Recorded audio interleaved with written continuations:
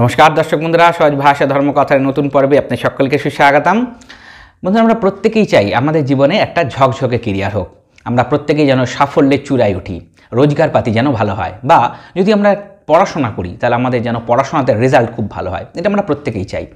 বাড়িতে আমরা যে সমস্ত সদস্যরা বসবাস করি, একটা বাড়িতে সকলের আলাদা আলাদা ব্যাপার আছে। কেউ ব্যবসা করছে, কেউ চাকরি করছে, কেউ চাকরির চেষ্টা করছে, বা কেউ পড়াশোনা করছে।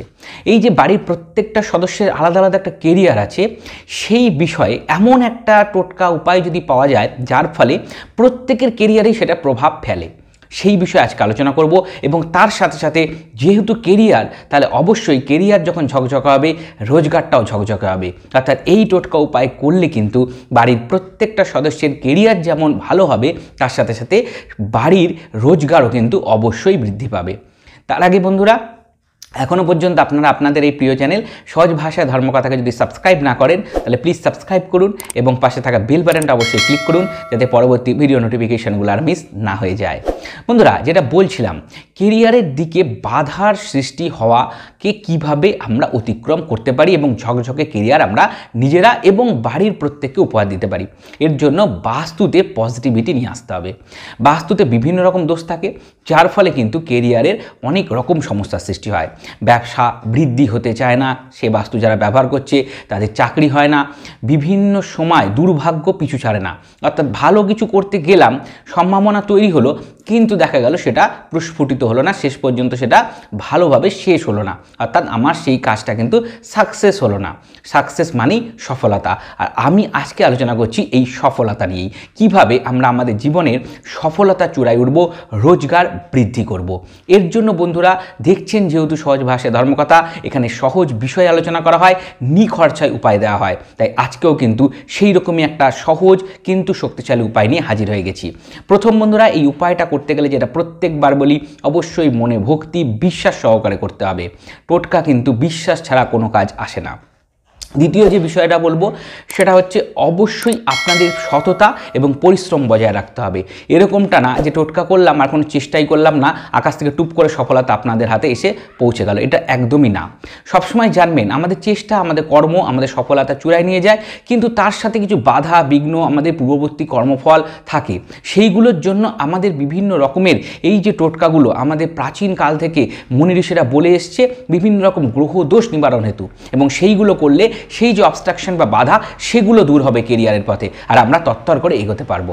বন্ধুরা, আজকে যে বিষয়টি বলছি, এটার ফলেও শুধুমাত্র আপনাদের বাড়ির প্রত্যেকটা সদস্যের যে গ্রহ দোষ প্রশমিত হবে তাই না, বাস্তু থেকেও কিন্তু নেগেটিভিটি দূর হবে।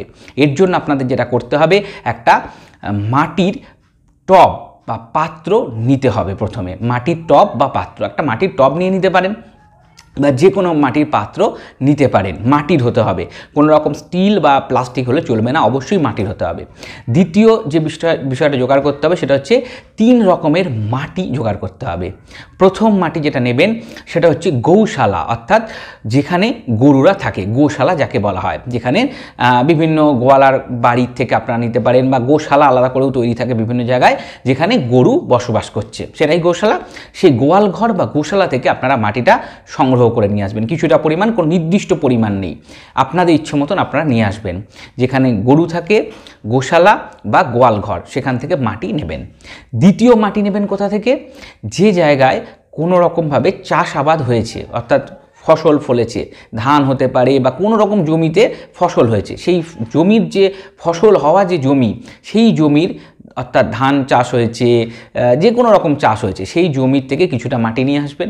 আর 3 নম্বর হচ্ছে দেবস্থান, অর্থাৎ যেটা কোনো একটা তীর্থের জায়গা বা কোনো মন্দির, যে কোনো মন্দিরের আশেপাশ থেকে কিছুটা মাটি আপনারা নিয়ে আসবেন, যারার উপর দিয়ে লোকজন হাঁটাহাঁটি করে বা মন্দিরের মধ্যে যাচ্ছে, বা মন্দিরের আশেপাশে, মন্দিরের জায়গার মধ্যে থেকে সেই মাটিটা নিতে হবে। এরকম না যে কিন্তু মন্দির থেকেই নিতে হবে, মন্দিরের আশপাশ থেকে নিলেও হবে।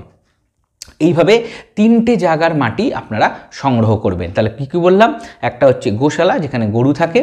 দ্বিতীয় হচ্ছে জমি, যেখানে চাষ হয়েছে, ফসল উৎপন্ন হয়েছে, সেই রকম জমি।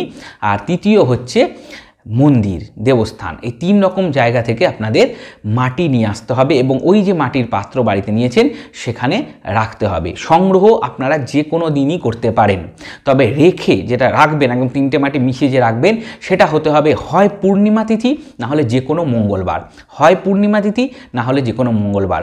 কিন্তু সেই মঙ্গলবার যদি অমাবস্যা থাকে সেদিন করবেন না, মঙ্গলবার অমাবস্যা ছাড়া করবেন, আর না হলে পূর্ণিমার দিন করবেন, সবথেকে বেস্ট। রেখে দিলেন, রেখে দিয়ে প্রত্যেক দিন ওই মাটিতে একটু করে জল দেবেন, মাটিতে যেন ভেজা থাকে, একদম ড্রাই, শুকনো যেন না হয়ে যায়। আর তার সাথে যদি ওই মাটিতে একটা তুলসী গাছ লাগিয়ে দিতে পারেন তাহলে অতি উত্তম, তুলসী গাছ হলে আরও ভালো হয়। একটা তুলসী গাছ লাগিয়ে দিলেন, তার মধ্যে জল দিলেন, যে কেউ জল দিন, সবাইকে দিতে হবে এমন বিষয় না, যে কোনো যাতে মাটিটা একটু ভেজা থাকে এইটা সবসময় দেখে নিতে হবে। এইভাবে যদি এই ছোট্ট বিষয়টা আপনারা বাড়িতে করতে পারেন, অত্যন্ত সহজ উপায় এবং অত্যন্ত নিখরচায়, কোনো পয়সা খরচ হবে না, তাহলে এই বিষয়টা যদি আপনারা করে ফেলতে পারেন দেখবেন আপনাদের জীবন থেকে কিন্তু এই যে অবস্ট্রাকশান, রোজগারের পথে বাধা, সেটা কিন্তু দূর হবে এবং বিভিন্ন কেরিয়ার ওরিয়েন্টেড যে বিষয়, যারা চেষ্টা করছেন চাকরি বাকরি পেতে, পড়াশোনা করছে, ব্যবসার চেষ্টা করছে, বড় বড় ডিলিং ক্র্যাক হচ্ছে না, এই বাস্তুতে যারা ব্যবহার করছিলেন এতদিন তাদের কিন্তু এই কেরিয়ার গ্রাফ এবার থেকে কিন্তু আস্তে আস্তে বদলাতে শুরু করবে, সঠিক ট্র্যাকে কিন্তু সেটা ছুটতে শুরু করে দেবে। আশা করি সম্পূর্ণ বিষয়টি অত্যন্ত সহজ উপায়ে আপনাদেরকে আমি তুলে ধরতে সক্ষম হয়েছি।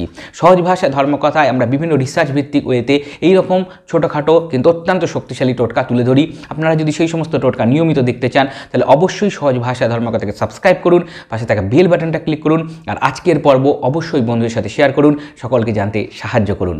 আমাদের একটা ফেসবুক পেজ আছে সহজ ভাষা ধর্মকথা, ওখানে একটা লাইক দিয়ে রাখুন, হিন্দু ধর্মশাস্ত্রে বিভিন্ন বিষয় ওখানে নিয়মিত আলোচনা হয়ে থাকে। আর আজকের পর্ব যদি আপনাদের ভালো লেগে থাকে অবশ্যই লাইক করুন।